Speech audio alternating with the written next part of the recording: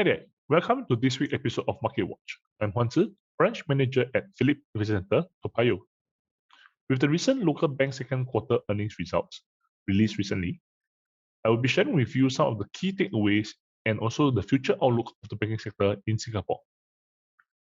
OCBC and UOB both announced their results on 4th August, while DBS announced on 5th August. The second quarter earnings from the banks were widely anticipated to give an insight to the sector, one of the largest components on Straits Times Index. Announcement on dividend payment were keenly watched after MAS announced that dividend restrictions on the banks and finance company were not extended on 28th of July.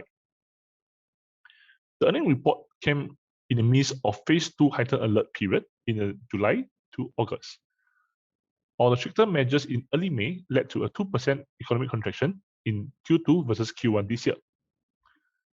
Given the continued threat of COVID-19 and its variants, analysts expected Singapore banks to remain prudent for potential loan losses.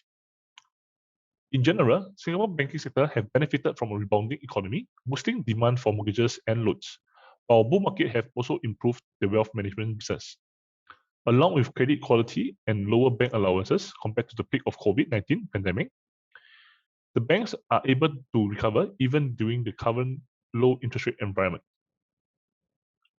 DBS announced quarterly net profit of 1.7 billion, 37% increase from a year earlier, far beating the 1.42 billion average analyst forecast. However, it was 15% lower quarter-on-quarter basis. DBS saw its provisions for loan losses fall to 79 million compared to 849 million in the same quarter a year ago.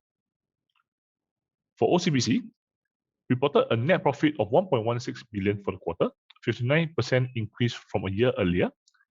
Similar to DBS, though the performance were above expectations, OCBC experienced a 23% decrease quarter-on-quarter basis. OCBC also announced 69% reduction in the bank allowances for loan losses for the quarter from a year earlier. UOB announced quarterly net profit of 1 billion, 43% increase from a year earlier, beating analyst estimates as impairment charges more than half for the quarter, though net profit were flat compared to the previous quarter. Comparing the bank's true net interest margin, we can see the OCBC net interest margin is currently at 1.58% versus UOB at 1.56% versus DBS at 1.45% for the second quarter of 2021. Though DBS NIM seems to be the lowest, their net interest income is highest at 2.09 billion versus UOB at 1.58 billion and OCBC at 1.46 billion.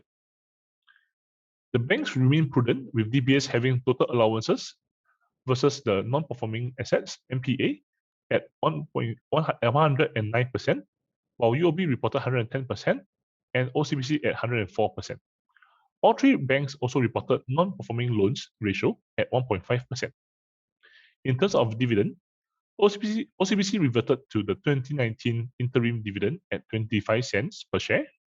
DBS reverted to 2020 Q1 dividend of 33 cents per share, while UOB reported 60 cents per share, higher than the 2019 interim dividend of 55 cents. In conclusion, we can expect the future outlook of the banks to be positive with the recovery of the dividend rates, which might boost investor confidence, especially those seeking for dividend yield in this low interest rate environment.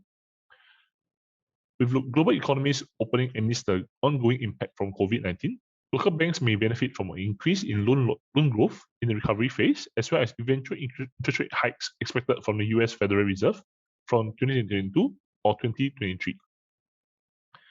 That's all for PhillipCapital Market Watch. Do remember to like us, follow us on social media, and subscribe to us on YouTube. You may also leave your comments to share with us your thoughts. Thank you for joining us and see you soon.